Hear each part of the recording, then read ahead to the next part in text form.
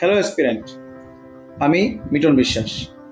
আমরা সবাই জানি যে অল্প কিছুদিনের মধ্যেই আমাদের আসাম সরকার প্রদত্ত এডিআরই অর্থাৎ থার্ড গ্রেড এবং ফোর্থ গ্রেডের যে এক্সাম রয়েছে সেটা আর অল্প কিছুদিনের মধ্যে আয়োজিত করতে চলেছে আসাম সরকার। সেটার দিকে লক্ষ্য করে আমার কিছু অল্প প্রয়াস তোমাদের জন্য। আজকের এই ভিডিওতে আমরা ডিসকাস করব important events of the national মুভমেন্টকে নিয়ে। কিছু ইম্পর্টেন্ট মুভমেন্ট নিয়ে আমরা কথা বলছি আজকের ভিডিওতে। প্রথমেই রয়েছে 1904 সালে ইন্ডিয়ান ইউনিভার্সিটি অ্যাক্ট পাস্ট হয়েছিল। 1904 সালে ইন্ডিয়ান ইউনিভার্সিটি অ্যাক্ট পাস্ট হয়েছিল। তারপর আসছে 1905 সালে 1905-এ পার্টিশন অফ বেঙ্গল। 1905-এ পার্টিশন অফ বেঙ্গল। 1906 সালে এস্টাবলিশমেন্ট অফ মুসলিম লীগ, খুব বেশি গুরুত্বপূর্ণ। এস্টাবলিশমেন্ট অফ মুসলিম লীগ, এই এস্টাবলিশমেন্ট অফ মুসলিম লীগ কবে? 1906 সালে।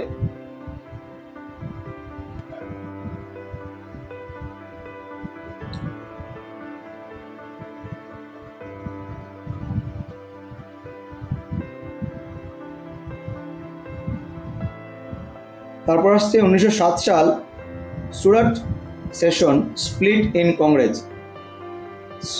Surat session split in Congress 1907। 1909 সালে মার্লি মিন্টো রিফর্মস। 1909 সাল। 1911 সাল 1911 দিল্লি দরবার of British empire. 1916 creation of home rule League.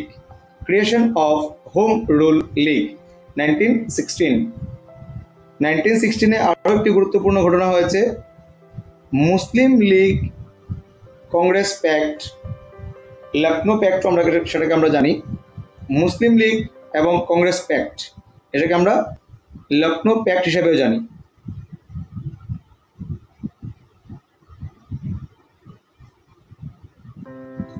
তারপর আসছে 1917 movement in Champaran by Mahatma Gandhi. বিশেষ করে 1917-এর এই ঘটনা মহাত্মা গান্ধীর জীবনের প্রথম সিভিল ডিসওবিডিয়েন্স ছিল। 1907 সাল movement in Champaran by Mahatma Gandhi. 1919 Rowlatt Act. 1919 গুরুত্বপূর্ণ ঘটনা হয়েছে আরেকটি, জালিয়ানওয়ালাবাগ হত্যাকাণ্ড, জালিয়ানওয়ালাবাগ ম্যাসকেয়ার 1919। বিষয় রয়েছে মন্টেগিউ চেমসফোর্ড রিফর্মস। 1919 সাল। 1920 খিলাফত মুভমেন্ট 1920। তারপর আসছে 1927 অ্যাপয়েন্টমেন্ট অফ সাইমন কমিশন। 1928 সাল arrival of Simon commission in India. ভারতবর্ষে সাইমন কমিশন এসে পৌঁছায় 1928 সাল। 1929 bomb blast in Central Assembly by Bhagat Singh. Very important.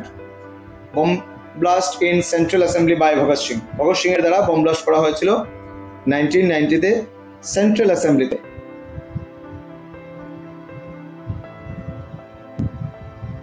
1929 বিশেষ গুরুত্বপূর্ণ ইয়ার। 1929 সাল demand for complete independence by Congress, পূর্ণ স্বরাজ্যের ঘোষণা হয়। 1939 সিভিল ডিসওবিডিয়েন্স মুভমেন্ট, অসহযোগ আন্দোলনের সূচনা 1930 সাল। এবং 1930, 31 এবং 32, 31, 32 এই 3 বছর একদম 1930, 1931, 32 ফার্স্ট রাউন্ড, সেকেন্ড রাউন্ড এবং third round table conference British দ্বারা হয়েছিল। 1932 declaration of communal electoral system. 1932 Poona act. 1932 সালে। 1942 1942 কুইট ইন্ডিয়া মুভমেন্ট, ভারত ছাড়ো আন্দোলন। মহাত্মা গান্ধীর নেতৃত্বে ভারত ছাড়ো আন্দোলন হয়েছিল 1942-তে। 1942-তে অ্যারাইভেল অফ ক্রিপসন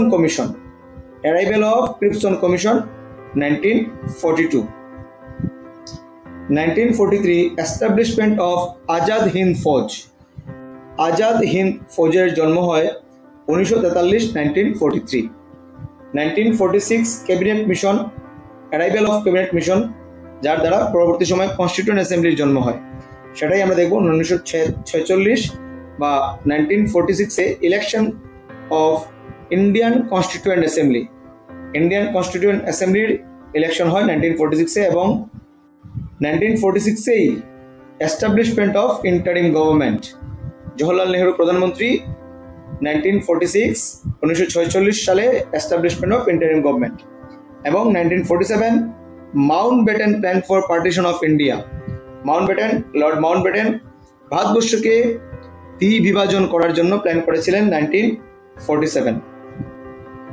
এবং শেষের যে রয়েছে 1947 ইন্ডিয়ান ইন্ডিপেন্ডেন্স, আমরা সবাই জানি 47-এর 15th অগাস্ট, 1947-এর 15th অগাস্ট 15ই আগস্ট 1947 সাল ভারতবর্ষ স্বাধীনতা লাভ করে। তো আজকের এই ভিডিওটি এইটুকু পর্যন্তই। এই ভিডিওর পুরো পিডিএফ এখান থেকে স্ক্রিনশট করে স্টুডেন্ট রাখতে পারবে।